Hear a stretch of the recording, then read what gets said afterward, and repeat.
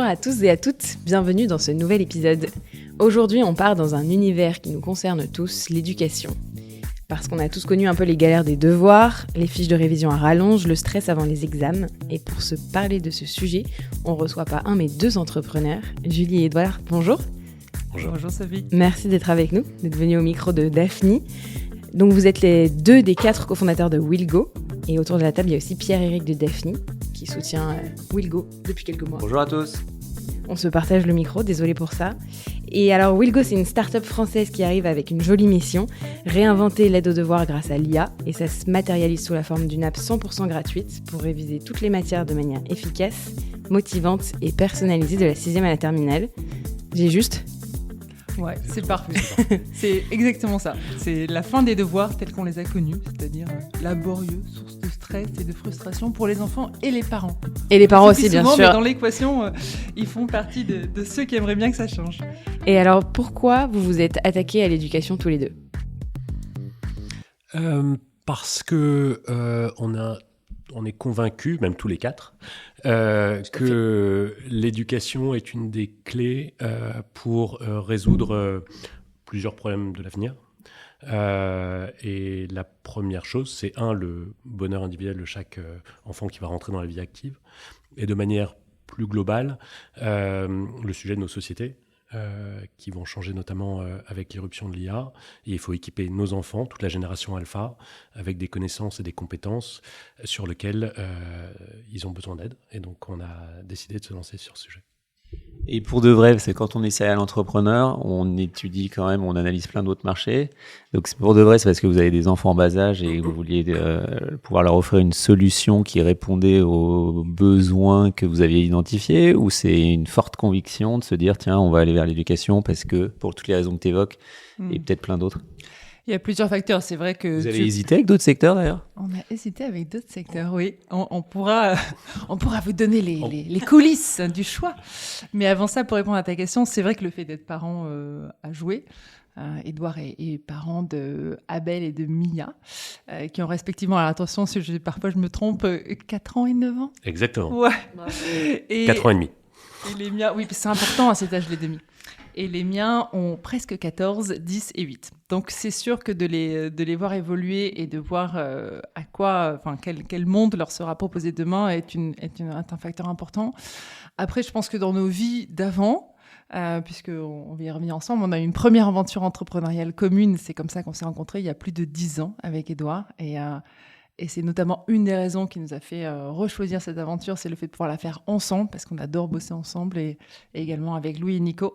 Mais dans cette première aventure, il y a 10 ans, on a vu que l'entreprise, à l'époque c'était une start-up dans la déco, elle commençait à être, le temps s'accélérait et à connaître pas mal de mutations. Et puis moi de mon côté, j'ai ensuite passé 9 ans chez Maison du Monde, qui n'a pas grand-chose à voir avec une start-up, puisque Maison du Monde, c'est plus d'1 milliard d'euros de chiffre d'affaires, c'est 8000 collaborateurs et 10 pays. Et du coup, c'est aussi des premières loges pour voir à quel point l'entreprise se faisait disrupter dans tous les sens.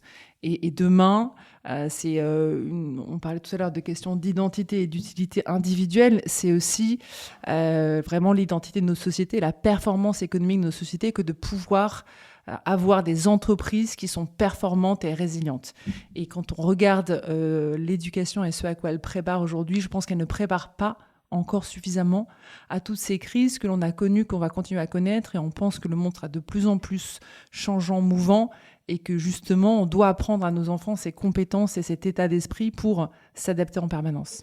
Et avant que vous parliez de Willgo, tu parlais de rupture. Est-ce que vous pouvez nous expliquer finalement pourquoi le marché de l'éducation n'a pas connu de rupture fondamentale ? On parle de digitalisation de tous les secteurs. Finalement, l'éducation, on pratique encore l'apprentissage de la même manière que ce qu'on a pu connaître, quelle que soit la génération dont on est issu.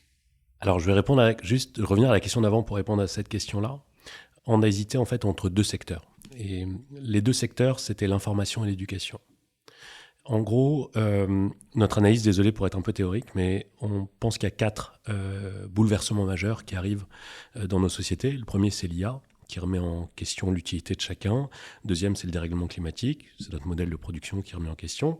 Le troisième, c'est le retour du totalitarisme, qui remet en question toute la société. Puis le troisième point, c'est la crise de la dette. Bon. pour avoir une chance de trouver des solutions à ces questions, en fait, il y a deux systèmes, alors pas qui sont à bout de souffle, mais qui sont en tout cas très challengés, qui est la manière avec laquelle l'information circule dans nos sociétés. Et la deuxième chose, c'est comment est-ce qu'on forme les gens. Donc c'est l'éducation. Il se trouve qu'il fallait qu'on en choisisse un, et celui qu'on pense être le plus important, c'est l'éducation, d'une part parce qu'on est parents, et puis on était entrepreneurs.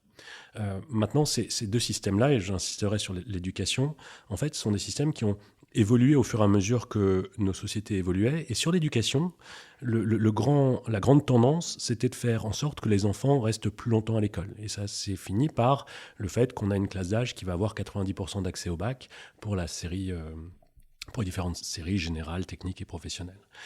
Ce que l'IA pose comme challenge, c'est que cette trend-là, qui est de faire rester les enfants plus longtemps à l'école, qui était une différence de degré en fait, elle atteint sa limite. Maintenant, c'est plus uniquement des connaissances qu'il faut transmettre aux enfants, c'est autre chose, c'est des compétences. C'est ce que disait Julie, c'est l'esprit critique, c'est le rapport à l'effort, c'est le rapport à l'échec, etc., etc. Et donc nous, on pense que, pour répondre à la deuxième question, le vrai changement qu'il y a maintenant, c'est pas un changement de degré, comme ça l'a été jusqu'à présent, où on fait rester les enfants plus longtemps à l'école. Le changement est un changement de nature. Et l'IA permet ça. L'IA est à la fois la menace qui crée le besoin de changement, et nous, ce que l'on pense, c'est que c'est aussi la source de solutions et d'opportunités, notamment autour de la personnalisation, qui est un sujet qui est latent dans toutes les pédagogies. C'est comment est-ce qu'on personnalise, et autour de permettre à des profs qui ont des challenges de plus en plus forts de pouvoir continuer à apprendre plus et à apprendre mieux à des enfants, justement grâce à une productivité améliorée, notamment grâce à l'IA. Et alors venons-y, est-ce que vous pouvez nous parler un peu de Willgo ? Avec plaisir. Donc Willgo, on l'a dit, c'est la fin des devoirs comme on les a connus. Donc en gros, c'est quoi ? C'est une plateforme d'aide aux devoirs et de révision scolaire à destination des collégiens et des lycéens. C'est une plateforme de soutien scolaire, mais c'est pas que ça, comme on l'a dit déjà plusieurs fois. C'est en fait une invitation à accompagner nos jeunes dans le développement de connaissances et de compétences. Donc on se sert des matières scolaires, des maths, du français, de l'histoire, pour les entraîner dans des parcours personnalisés et ludiques, donc des parcours de connaissances, mais aussi on les entraîne dans des petits challenges, dans des petits défis quotidiens pour leur transmettre plusieurs choses. Déjà, de les inscrire dans une routine de travail. On voit qu'en fait, le premier obstacle à l'apprentissage, c'est la motivation. D'ailleurs, nous, on s'appelle Willgo pour cette raison. On démarre avec la motivation. Will, go. Et go, c'est la routine, c'est le deuxième secret.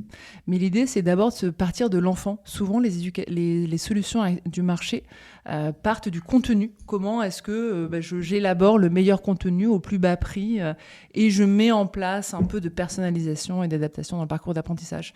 Nous, on a une approche assez différente. On part de l'enfant. On essaie en fait de le contextualiser et notamment de comprendre ses leviers de motivation. Ça, c'est le premier truc. Donc, on s'appuie sur la psychologie de la motivation, on pourrait y revenir, qui elle-même s'appuie sur 3 leviers fondamentaux qui sont issus de la théorie de l'autodétermination: l'autonomie, la compétence et le lien social. Et juste pour détailler ces 3 leviers en une seconde, parce que je trouve que c'est assez important, ça nous interroge aussi à nous en tant que parents dans le rapport que l'on a à l'apprentissage et dans comment on peut accompagner nos enfants. Mais tout être humain, c'est pas que l'ado, tout être humain, en fait, pour être motivé, doit avoir un sentiment d'autonomie. Donc, typiquement, on parlait de la classe et de la pédagogie encore très verticale, de l'enseignant qui donne à l'enfant un contenu à apprendre encore souvent par cœur, d'une certaine façon, avec des exercices à reproduire de façon hyper mécanique. Ça va à l'inverse d'un besoin fondamental qui est le besoin d'autonomie, c'est-à-dire je choisis comment j'apprends, je me donne mes propres objectifs, je module mon parcours d'apprentissage. Donc l'autonomie, c'est hyper important. Et comment ça se concrétise dans Willgo ? L'enfant se fixe des objectifs, se crée des quêtes, a des mini-défis, choisit ses matières, choisit sa routine, etc. Le deuxième grand levier, c'est la compétence. En fait, le cerveau déteste ne pas savoir, il déteste l'incertitude. Pour lui, c'est une question de survie. Donc, en fait, tout ce qui est un effort cognitif, et il va avoir tendance à le rejeter s'il ne sent pas qu'il va y arriver. En fait, le cerveau, il est toujours en train d'optimiser le ratio entre effort et potentiel de réussite. Donc, si l'enfant, dès le départ, il a le sentiment qu'a priori, le truc est trop dur, qu'il ne va pas y arriver, qu'il est nul en maths, etc., en fait, il ne va pas se mettre à la tâche. Donc, du coup, la compétence, c'est hyper important. Donc, nous, on a toute une séquence d'apprentissage qui inclut des feedbacks hyper encourageants, etc. Et le troisième truc, c'est le lien. Parce qu'en fait, on parle souvent de l'enfant et de son apprentissage, on parle parfois du prof. Mais en fait, dans ce système, il y a quelqu'un qui est hyper important, c'est le parent.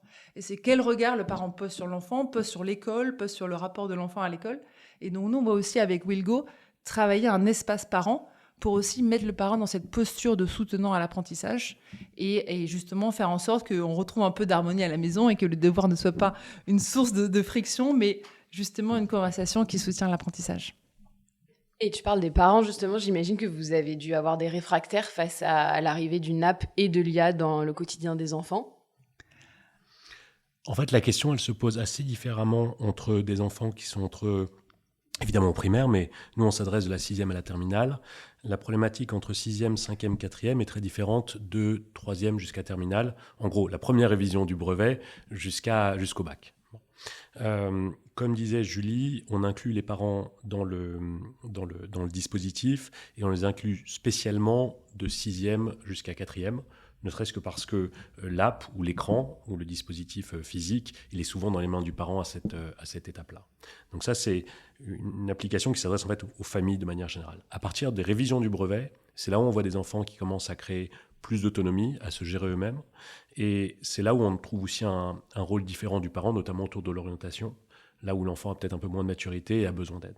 Donc c'est comme ça qu'on conçoit le rôle du parent sur l'ensemble du parcours secondaire. Alors on a parlé beaucoup d'IA, comment vous l'intégrez dans la proposition de valeur aujourd'hui ?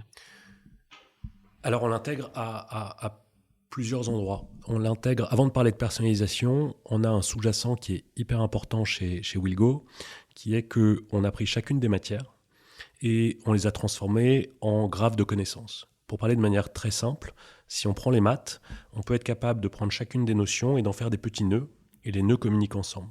Pourquoi est-ce qu'on a fait ça ? Parce qu'on se rend compte que 80% des décrochages scolaires sont liés à une lacune qui n'a pas été réglée dans le passé. Donc quand on a des tonnes d'enfants qui en maths à un moment décrochent en disant « allez, le dénombrement ou les probas, c'est pas pour moi », en fait, quand on creuse un peu, on se rend compte que l'enfant a bloqué par exemple sur les fractions. Et donc, comment est-ce qu'on utilise l'IA ? On a été capable, c'est ce qu'on fait en ce moment, de prendre l'ensemble du programme, l'ensemble du corpus de connaissances qu'un enfant doit avoir et l'abstraire pour le transformer en une sorte de graphe où s'il y a besoin d'emmener un enfant un peu en arrière pour débloquer un point qui gênait, on est capable de le faire. Donc l'IA, elle nous sert à créer d'abord du contenu et on ne le crée pas simplement avec de l'IA d'ailleurs, on le crée avec notre plateforme prof. On a maintenant une 60aine de profs et dont 20 profs très actifs qui nous aident à valider ce contenu. Mais c'est créer le sous-jacent de savoir, de connaissances qu'un enfant va pouvoir utiliser. Ce graphe d'interconnexion des connaissances, il est connu du monde pédagogique ou c'est vous qui l'avez fait ? Alors, il y a plusieurs choses. Déjà, il y a un document dont on part qui s'appelle le Bulletin officiel de l'éducation nationale, qui est un truc un peu cryptique, parce qu'il est pensé avec beaucoup de très bonnes intentions, mais il s'appuie sur le fait qu'il y a de la liberté pédagogique dans toute l'éducation. C'est-à-dire que le prof a la responsabilité, le devoir de créer ensuite son cours autour de ça. Nous, alors, on fait appel à des profs, ça c'est un point qui est important pour nous aider à traduire ce BOEN, le Bulletin officiel de l'éducation nationale. Mais on rappelle que vous avez une ambition internationale, hein, donc les fondations, elles sont autour de ça, mais derrière, c'est la même chose dans tous les autres pays ou... Avec parfois plus de complexité, parce qu'en France, on a la chance d'être un État centralisé, avec un dogme qui est édité et réédité centralement. Il était nécessaire d'avoir de l'IA dans ce processus d'abstraction en fait, des connaissances, parce que si on veut scaler, en fait, ça ne marche pas si 90% du job est manuel.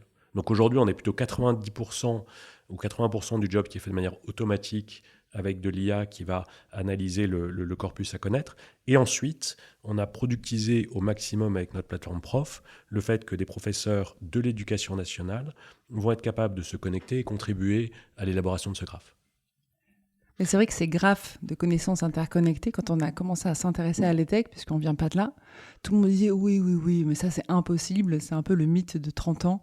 Et en fait, vous aussi, vous allez vous casser les dents. Alors, on a 2 chances dans cette aventure. La On n'a première, pas c'est de qu'on dents, vient pas à non. l'éducation. Et donc, on a tendance à poser des questions hyper naïves, mais qui finalement peuvent avoir des réponses créatives. Et l'autre chance que l'on a, c'est que l'on arrive à l'époque de la Gen AI. Et en fait, cette Gen AI, elle permet une industrialisation et une dynamisation de ces interconnexions de façon absolument inédite. Donc, en fait, ça n'a pas de sens des graphes de connaissances interconnectés en soi. Ça a de sens que pour chaque élève à l'intérieur, pour chaque matière et à l'intérieur de chaque matière, pour chaque module de sujet. Donc ça, c'est en effet une technologie et une structuration et une agilisation qui n'était pas possible avant l'ère de l'IA. Donc ça, c'est vrai que ça apporte une façon finalement d'exécuter un idéal pédagogique qui est en effet de pouvoir, indépendamment de la classe, faire remonter des élèves dans des classes antérieures sur certains sujets quand ils en ont besoin, ou de les faire aller sur les classes supérieures quand il s'agit de les nourrir parce qu'ils ont une curiosité particulière. Et ça, on y revient, mais c'est aussi un levier de motivation parce que l'enfant va choisir son propre parcours et aller à son propre rythme. Il y a aussi un autre élément où l'IA apporte quelque chose d'assez révolutionnaire, c'est l'interaction de l'apprentissage. Quand on regarde les solutions du marché, on est très sur un contenu hyper bien pensé, hyper bien structuré, avec souvent des quiz très bien fichus là aussi, mais on est souvent quand même sur un « je reçois l'information, je me teste, je m'autocorrige et je passe à la suite ». En fait, l'IA, ce qu'elle fait, ce qu'on a vu déjà dans le brevet, puisqu'on a lancé une version pilote de Willgo dès fin mai pour le brevet du collège.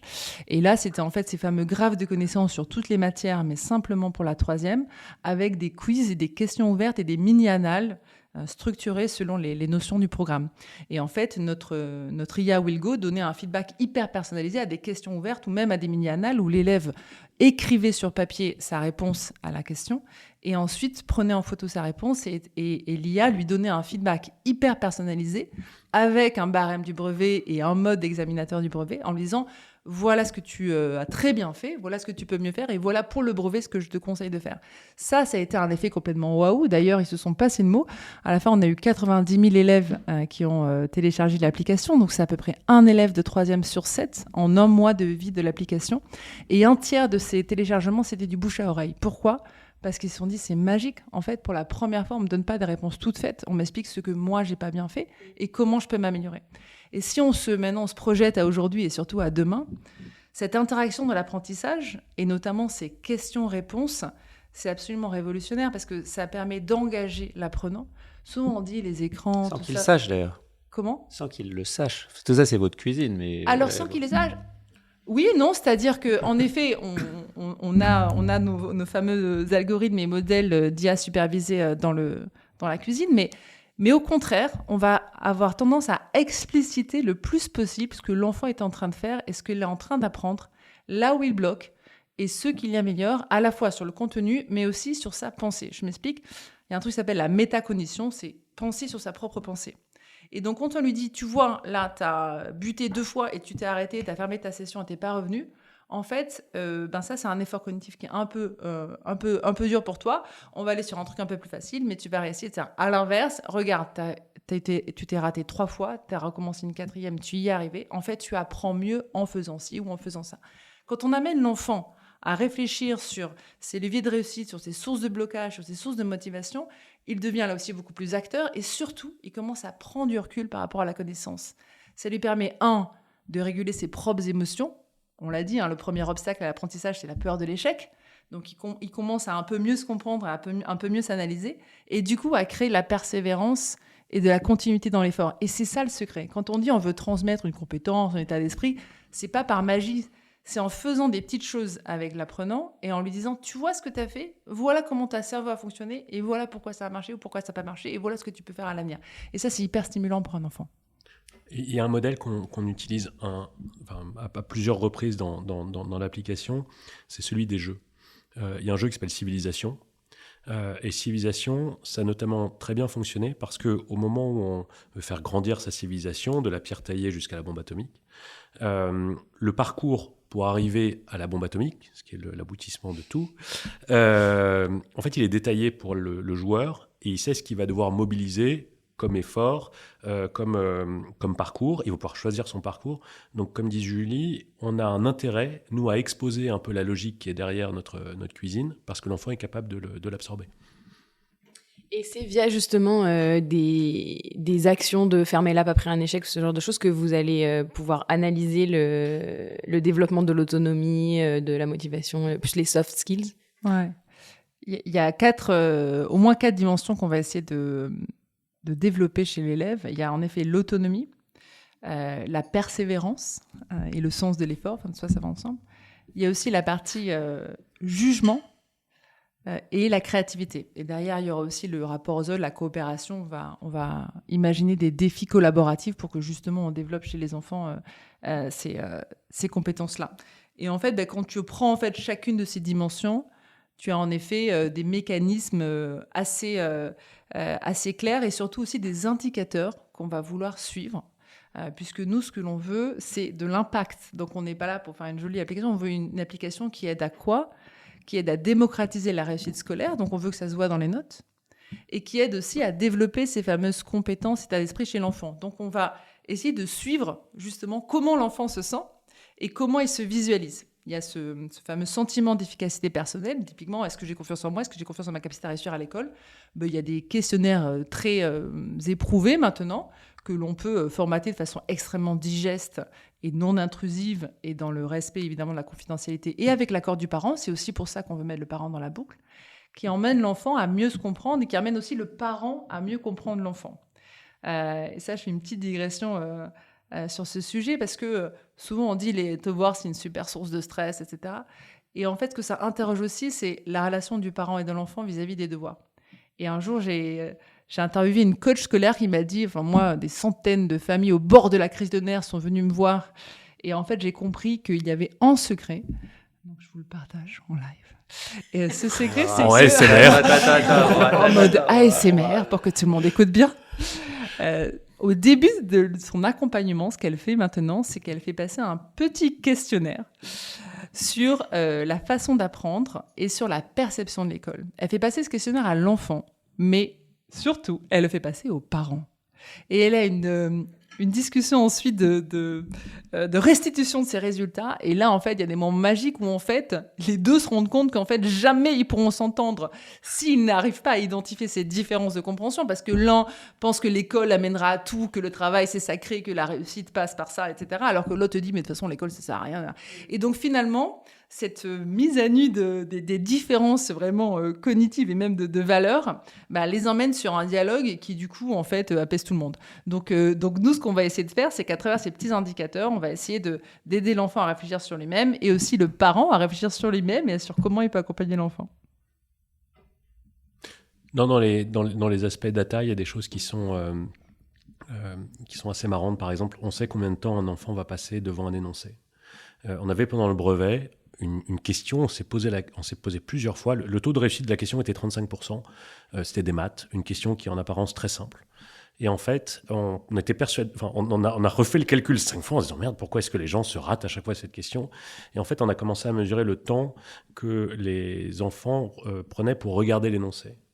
Eh ben, on voit tout un tas d'enfants, c'est ceux qui, et pourtant étaient très bons sur les autres questions, sauf celle-là, avaient tendance à ne pas passer suffisamment de temps. Et surtout quand cette question-là était mise à la fin du questionnaire. Ils sont crevés, ils n'en peuvent plus, etc. Être capable de dire à l'enfant, en fait, tu t'es trompé pas parce que tu ne savais pas, mais parce que, en fait, à la fin des questions, quand c'est la dernière question, en général, tu ne donnes pas le coup de collier qu'il faut, ou juste l'attention qu'il faut. Et ben, ça, c'est le genre de feedback qui serait impossible à donner, malheureusement, par un professeur qui doit gérer 30 gosses en même temps. Des parents qui rentrent le soir du travail, qui sont crevés, la proba de se dire, tiens, je t'ai mesuré sur cet exercice, tu n'as pas passé assez de temps, elle est nulle.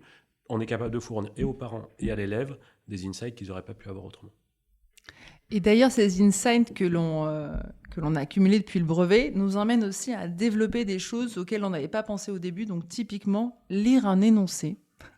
En fait, il y a une énorme corrélation entre la littérature et les maths. Les bons matheux sont des bons littéraires, généralement.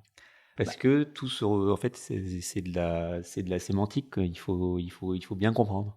Déjà, la grammaire, la conjugaison, tout ça, c'est de la logique. Déjà, il y a énormément de structures derrière. Et en effet, les meilleures rédactions, les meilleurs essais, etc., répondent à une structure, il y a une logique entre arguments, exemple, contre-exemple, etc. Donc, et la bonne nouvelle, c'est que les gamins, alors soit ils détestent les maths, soit ils trouvent ça ludique.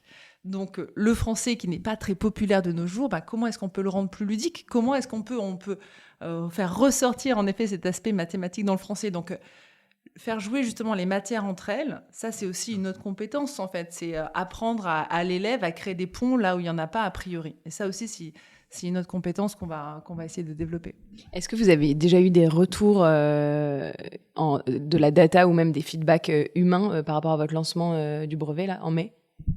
Alors oui, parce qu'on a une logique produit où alors je dirais on s'astreint pas, mais en tout cas on a du feedback des élèves tout le temps, toutes les semaines, on parle avec un nombre d'élèves. Et en fait, ce qui est assez marrant, c'est à l'occasion de ces récupérations de feedback, c'est là où on s'est rendu compte que de 6e à 4e, une fois sur deux, c'était des parents qu'on avait au téléphone. Donc on a eu un feedback, honnêtement, qui était génial pour le brevet. Résultat, on était pleine balle pendant tout l'été, on n'a pas pris de vacances, on était vraiment, non, pour le coup, on était hyper contents. La deuxième chose, c'est que c'est une population qui est assez, en fait, beaucoup plus exigeante et éclairée sur ce dont ils ont besoin. Ils arrivent totalement à repérer le fait, par exemple, qu'il y a une partie du cours qu'ils n'ont pas pu voir. Et ils vont me dire, voilà, on a besoin de fiches de révision là-dessus. Ils sont capables de faire la différence entre des questions fermées et des questions ouvertes et de nous dire, le truc qu'on a vraiment bien aimé, c'était les questions ouvertes dont parlait Julie tout à l'heure, où j'ai une correction en live, comme si j'avais un prof gratos qui corrigeait les questions. Ils sont capables de dire, on aime bien le fait que... notamment sur la question de l'utilisation, je peux l'utiliser, par exemple, écouter le podcast en allant à l'école. Toutes nos leçons ont la version podcast et ils sont capables de faire des formulations product qui sont souvent... Enfin, on a bossé dans le retail ensemble. C'est presque la population la plus, capable de prendre du temps et du recul sur ce qu'ils ont fait. Donc non, on a du feedback, il est bon, et en revanche, il nous oblige pour notre sortie de janvier. Est-ce que vous avez d'autres choses à nous... Enfin, vous écoutez, c'est adopter Willgo, mais est-ce qu'il y a d'autres choses qu'on a besoin de savoir sur Willgo avant peut-être d'avoir votre vision, même si vous l'avez déjà abordé, sur le monde de l'éducation ? Comment il va évoluer, ce monde de l'éducation ? Parce qu'on parle K-12, hein, mais la problématique, elle est plus large, donc ça sera intéressant d'avoir votre vision sur le sujet. Alors, c'est vrai que c'est une problématique hyper large, puisqu'en effet, la formation continue, ça continue. Elle nous concerne tous, hein, c'est dans cet esprit-là que je pose la question. Exactement, et c'est vrai que quand on dit l'IA finalement va nous pousser à nous réinventer, pas une fois, 3 fois, mais peut-être 15 fois, 20 fois, on peut le voir comme une menace et comme quelque chose d'extrêmement angoissant. On peut aussi le voir comme une opportunité géniale, justement, d'avoir plusieurs vies en une. Mais en effet, ça veut dire que d'abord, nous tous, on doit être dans cet état d'esprit d'être prêts à nous réinventer en permanence. Et ce que l'on construit ici avec Willgo, comme l'a dit Édouard, c'est une machine industrielle. On est peut-être les entrepreneurs les plus industriels, en tout cas on essaie de l'être, c'est-à-dire qu'on essaie à chaque fois de faire quelque chose qui puisse être passé à l'échelle, qui puisse remplir cette mission de démocratiser l'accès à une transmission de connaissances et de compétences différentes. Donc aujourd'hui, c'est vrai pour le K-12, c'est vrai pour la France, demain sera vrai pour les autres pays, puisqu'on industrialise avec nos communautés de profs et l'IA une façon de transmettre le savoir, mais ça sera vrai aussi pour la formation continue. Après, il y a un point auquel on est assez sensible et qui est connexe à ce qu'on fait, et enfin plus que connexe, qui est intrinsèque à ce qu'on fait. C'est le sujet de l'orientation. Aujourd'hui, on observe beaucoup, par exemple, les taux d'emploi des différentes filières d'études. Et par exemple, si on regarde la France... On est investi dans les du mapper, alors c'est quand même le bon moment de le rappeler, quoi. Exactement. Alors, mais c'est exact. Enfin, le combat de l'éducation et de l'orientation, c'est en gros, c'est le même. C'est de se dire, si on n'arrive pas vraiment à créer, par exemple, une idée dans la tête des enfants de comment est-ce qu'ils pourront s'épanouir plus tard. En fait, ce qui se passe, une des corrélations, c'est le fait d'envoyer beaucoup d'élèves dans des filières dans lesquelles les taux d'emploi ne sont pas très élevés. Je prends 2 exemples. On envoie 200 000 enfants par an dans le droit, dans les études de droit. Le droit, c'est 70% d'accès à l'emploi. C'est-à-dire qu'il y a 30% d'enfants qui ne trouvent pas un job, enfin d'étudiants qui ne trouvent pas un job après. typiquement, ce que l'IA va faire, c'est amputer encore de 20% à peu près au minimum, et beaucoup plus pour les jeunes, ce taux d'accès à l'emploi. Si on prend les études, par exemple, de sciences sociales, langue, imaginez la langue, 24,5% des étudiants en université vont dans des études sur lesquelles l'IA va défoncer un quart, un tiers, je ne sais pas exactement, des jobs. Ce que l'on veut, là où on veut participer dans ce sujet-là, c'est faire en sorte que, comme disait Julie, on ait des enfants qui soient le plus tout-terrain possible, parce qu'en fait, ils ont des compétences très fortes, indépendamment de leurs connaissances. Ça, c'est le premier point. C'est qu'ils sachent apprendre des nouveaux trucs, ne pas avoir peur de se dire « Merde, je ne suis pas dans la bonne voie, mais je suis capable de me mettre à apprendre telle ou telle chose. » Ça, c'est la première chose. Et la deuxième chose, c'est en plus de ces compétences un peu VTT, c'est d'avoir, pas tout de suite, mais au fur et à mesure, une compréhension de où sont leurs qualités, où est-ce qu'ils ont envie de les déployer. Mais ça, c'est la deuxième chose. Mais si on continue à envoyer des armées de gens sur des filières où il ne se passe rien derrière, ça risque de poser un petit problème. Il faut reprendre ce que disait Jensen Huang, là, le CEO de NVIDIA, qui expliquait que les entrepreneurs qui allaient réussir demain n'étaient pas obligatoirement des entrepreneurs de la tech, mais étaient les plombiers et électriciens de ce monde. Et je vois que tu fais la moue, donc je vais essayer de poursuivre. C'est pas pour autant qu'il faut pas recevoir une éducation et un bagage profond, parce que, comme vous le disiez en introduction, la question c'est sur la démocratie, et donc le savoir reste une valeur sûre. Mais c'est quand même intéressant de se dire, tiens, il y a peut-être d'autres, on va peut-être revenir vers des... Mais vas-y, je te laisserai. Alors, pour être, bien sûr, d'être au maximum théorique... T'as pas l'air d'être d'accord. Non, mais en fait, si on essaie d'avoir la vision, malheureusement un peu théorique, mais la plus high level possible, en fait, on peut se dire, on rentre dans un monde dans lequel... Enfin, le monde d'avant, c'était un monde dans lequel il y avait du travail, du capital qui était en rareté, avec une rareté. Sur le travail, il y avait le travail intellectuel et manuel. Il y avait de la rareté. La rareté traduit l'utilité que chacun a dans la société. Donc, parce que j'ai une compétence que les autres n'ont pas, j'ai ma place, et voilà. Le monde dans lequel on arrive, et ça arrivera peut-être au bout de 5 ans, 10 ans, 15 ans, 20 ans, mais il faudra considérer que le travail sera en quantité illimité, infini, qui soit manuel avec l'IA ou avec la robotique. Ou intellectuel avec l'IA. Donc, où est-ce que se situe la rareté ? Sur le capital. Donc, si on trace très grossièrement une trajectoire, c'est qui aura de l'utilité et de la rareté, c'est un jeune, c'est une personne qui est capable de justifier qu'on lui alloue du capital à lui. En gros, c'est d'être entrepreneur. Il y a les valeurs de l'entrepreneuriat au sens large, c'est on peut me faire confiance, je suis capable de faire venir des gens autour de moi ou de bosser à plusieurs.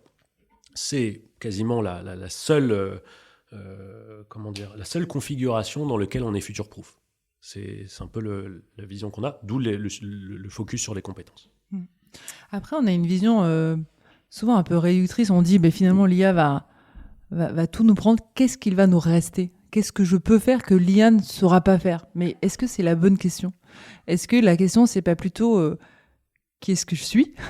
Qu'est-ce que je veux moi incarner ? Qu'est-ce qui reste l'apanage humain ? Pour nous, l'apanage humain, c'est avant tout le libre arbitre et la conscience. Et comment est-ce que je peux faire en sorte que l'IA, en fait, me permette d'exprimer ça et m'aide sur tout le reste. Donc, à un moment donné, on dit que l'IA n'est pas encore assez créative, que l'IA n'est pas encore assez manuelle. En fait, tout ça est une question de temps. Je rejoins Edouard, je pense que tout ça est vraiment assez écrit. Donc, à l'inverse, ce que je pense résistera longtemps à l'IA, c'est cette capacité, justement, de douter intelligemment, de prendre du recul, de mettre en perspective. Elle n'est pas faite pour ça, l'IA. L'IA, elle est faite pour donner des réponses faciles, rapides, simples. Elle est là pour simplifier le monde, pour le radicaliser un peu, et pour donner des réponses toutes faites. Et ça, c'est assez tentant à nouveau pour le cerveau qui à nouveau déteste l'incertitude. Donc, le grand risque pour nous, humains, c'est de nous enfermer de plus en plus dans nos biais et dans cette facilité et dans ces automatismes. Donc, plus on amènera les élèves, les enfants, leurs parents à réfléchir justement à leur façon de penser, à leurs biais, plus on leur donnera les clés de ce libre arbitre et plus on les amènera à être vraiment à habiter leur conscience et à apporter ce petit supplément d'âme qui, j'espère, ne sera jamais accessible à l'IA. Juste avant de vous poser des questions sur votre passé, votre profil entrepreneurial, Edouard, est-ce que tu peux nous expliquer comment tu avais dimensionné l'équipe tech? Alors, on va dire dans 10 ans, dans 2 ans, sera totalement obsolète, mais pour que on comprenne finalement tout ce changement de paradigme qui concerne aussi les devs. Et votre exemple est assez symptomatique sur ce qui est en train de se passer. Donc encore une fois, ce que tu vas dire sera obsolète dans un temps extrêmement limité, mais c'est intéressant. Alors, quand on s'est posé... Parce que le tour avait d'ailleurs été dimensionné par rapport à une feuille de route de recrutement qui n'était pas celle sur laquelle vous allez vous caler, quoi. D'accord, donc on a cette discussion en public. Non. Faut-il rendre Non. Non, mais ce qui est sûr, c'est que en fait, on est 4, Julie, Nico, Louis et moi, et on s'est posé tous les 4 sur de quoi est-ce qu'on a besoin pour être capable de remplir notre mission. Sur l'aspect dev, mais c'est pas que l'aspect dev, en fait, ça s'est joué sur tous les blocs, sur le marketing, sur le design, sur la pédagogie, etc. Sur tous les blocs, en fait, on a fait un certain nombre d'hypothèses de ce que l'IA sera capable de faire, ce que les humains seront capables de faire. Et on partait avec une expérience, si je focus sur les devs, Nico et moi, sur Fox. À la fin, on avait 70 devs sur à peu près 150 personnes quand on a quitté la boîte. Et il a fallu quelques semaines, et notamment à la sortie d'un certain nombre d'outils tech, pour se rendre compte on pouvait diviser par 6 le nombre de devs. Et c'est pas uniquement une question de productivité, c'est une question aussi de facilité à bosser ensemble. C'est-à-dire le produit avec les devs, la pédagogie avec les devs. Tout ça, ça a été, on avait totalement sous-estimé le fait que on serait capable de dépiler la roadmap beaucoup plus rapidement que. En revanche, il y a 2-3 éléments qui sont à prendre. C'est plus des conseils tech, si je peux me permettre. C'est que Nico a eu de la vista, par exemple, sur le fait de dire il ne faut pas qu'on ait un énorme repo GitHub, comme on pouvait avoir avant, ou quelques gros repos GitHub. Il faut dimensionner ça pour que l'IA soit capable de gérer des contextes qui soient les bons. C'est-à-dire qu'aujourd'hui, dans des boîtes qui ne sont pas si vieilles que ça, il y a ce problème de passer à l'IA qui est renforcé par le fait que l'architecture qui a été choisie n'est pas la bonne. Donc, on a eu la chance de partir d'une feuille blanche et de choisir une architecture qui est... La deuxième chose, c'est les recrutements changent totalement. C'est-à-dire que être capable d'avoir... Enfin, il faut que quasiment tout le monde dans la boîte ait une vision produit parce que sa proximité avec le développement est devenue beaucoup plus élevée et donc il faut savoir avoir les features en tête et être capable de pas se reposer forcément sur l'intermédiaire d'une armée de dev et d'une armée de product, etc. Top.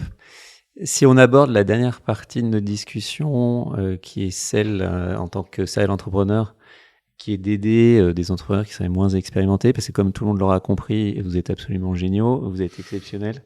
Donc, qu'est-ce qu'on doit savoir si demain on monte une boîte, ou même pour les non-céréales, enfin pour les céréales aussi, qui ont moins d'expérience que celle que vous avez. Et c'est peut-être le moment, parce que tu n'en as pas du tout parlé, Edouard, de parler de Fox. Donc, on a eu la joie de t'accompagner avec Louis et Nico dans l'aventure. Donc, peut-être faire une petite parenthèse quand même sur Fox. Hein. Alors, juste avant Fox. Et après, parce que vous étiez chez West Wings. C'est vrai que vous l'avez mentionné, mais rapidement. Donc, entre West Wings, Fox et... Ouais, mais attends, comme ils sont super, tout le monde va en profiter. Alors, chez West Wing, je me permets de dire ça. On a fait un paquet de conneries avec l'argent de Rocket Internet. Okay. On a fait ça, c'est moins grave, tu l'aurais dit avec notre argent sur Fox. Bon, tu vas le dire aussi, mais bon.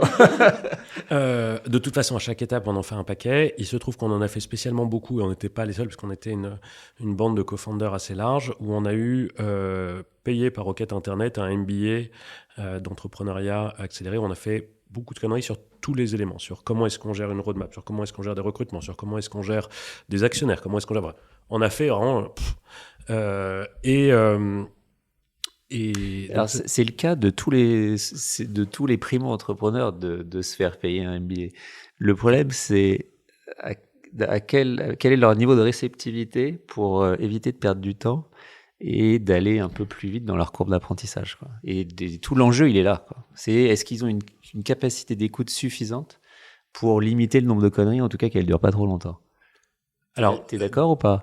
Alors, complètement. Et en gros, je trouve qu'une des manières de... Nous, on avait la chance chez West Wing, le fondateur de Monde de West Wing est un type qui s'appelle Stéphane Schmala et qui avait déjà pas mal d'expérience. Et il y avait aussi Andrew Nutter, des gens qui nous ont recadrés assez rapidement. Et comme on était on était tous background consultants, machin, on avait une capacité de répondre au feedback qui était plutôt bonne. Je pense que ça a aidé à limiter un peu la casse. Il y avait quand même 150 millions levés. On a limité la casse modérément. Après, l'autre élément, c'est d'être bien entouré. C'est ce que moi, à titre perso, j'ai trouvé chez Daphni, mais pas uniquement Daphni, mais les gens de la communauté Daphni, qui étaient sur les sujets tech, sur les sujets d'organisation, etc.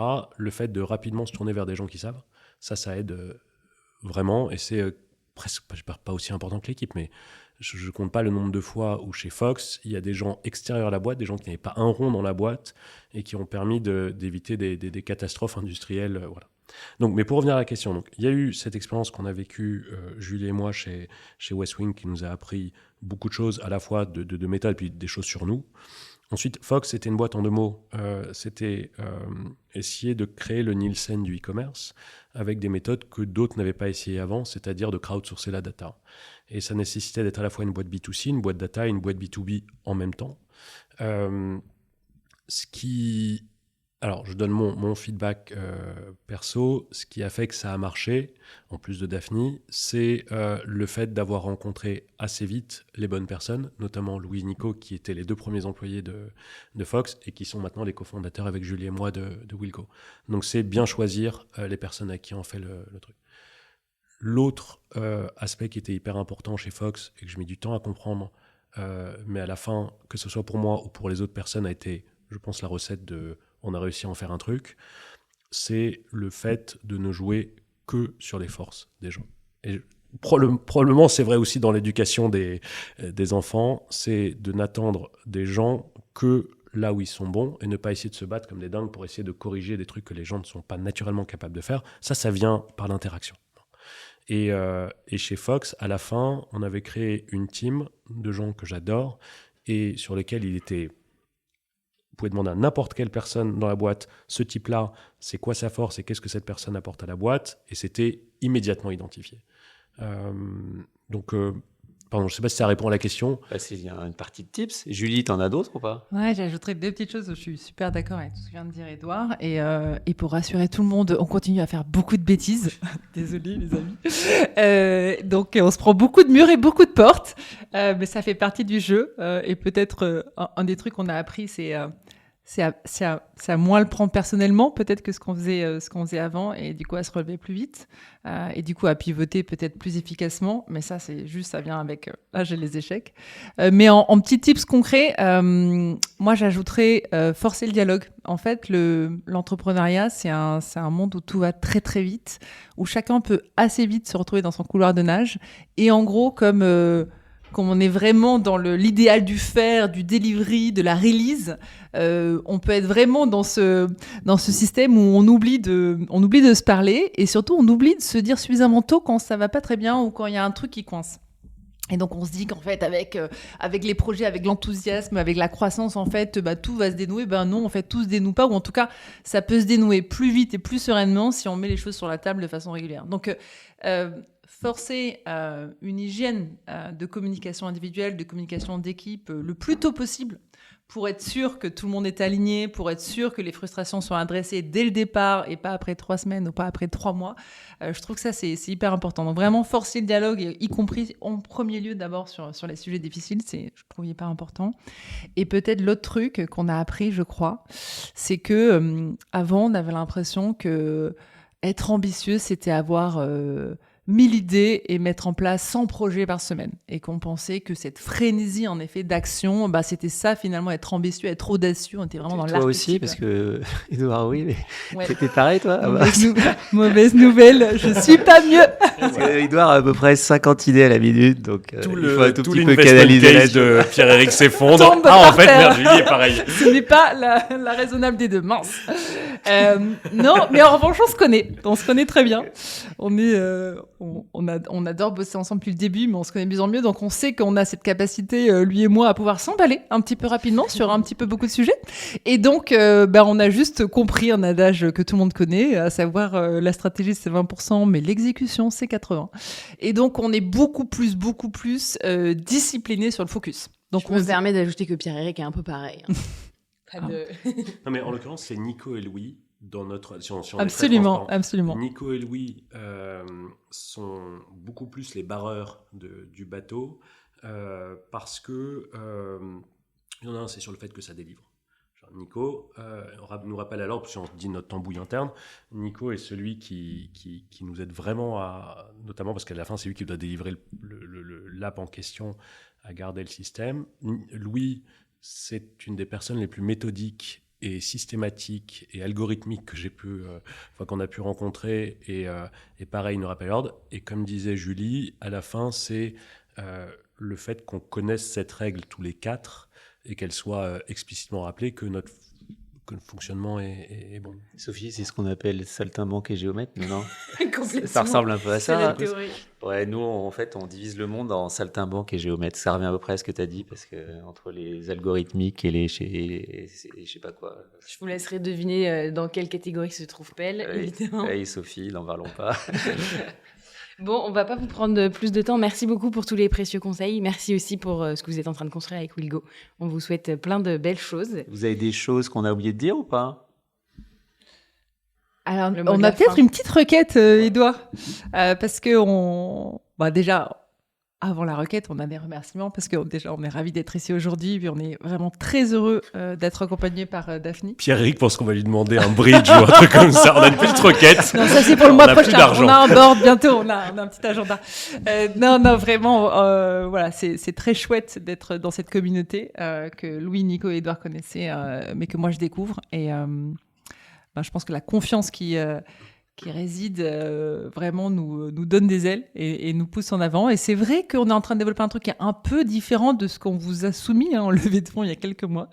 Mais vous nous C'est la suivez dans meilleure des l'aventure. nouvelles qui puisse arriver. Au moins, vous ne vous enferrez pas dans un couloir qui ne serait pas peut-être le meilleur.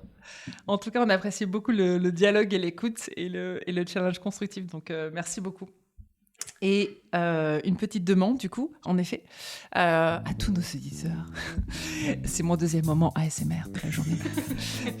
On a dit qu'on voulait aider les élèves, mais on veut aussi aider les parents. Et pour aider les parents, en fait, on a besoin de mieux comprendre leurs besoins et comment eux, en fait, ils vivent tout ça. Ils vivent les devoirs, ils vivent l'orientation, ils vivent les révisions, ils vivent l'école. Et donc, on aimerait bien créer une communauté de parents que l'on peut solliciter régulièrement, à qui on peut faire tester notre produit, comme on fait tester Willgo à des élèves. Et donc, à tous les parents qui ont envie de repenser l'éducation avec nous sous un mode positif et collaboratif, on est les bienvenus. Au contraire, ils sont super bienvenus. Donc, Edouard@willgo.ai, Julie@willgo.ai, n'hésitez pas à nous écrire, on sera ravis de vous parler. En fait, Willgo fait tellement rêver que, à mon avis, l'échantillon va être large. Et évidemment, on va être les premiers à se mobiliser pour que ce soit le cas. Merci. Merci beaucoup. Merci à tous. Merci à vous. À bientôt. À bientôt.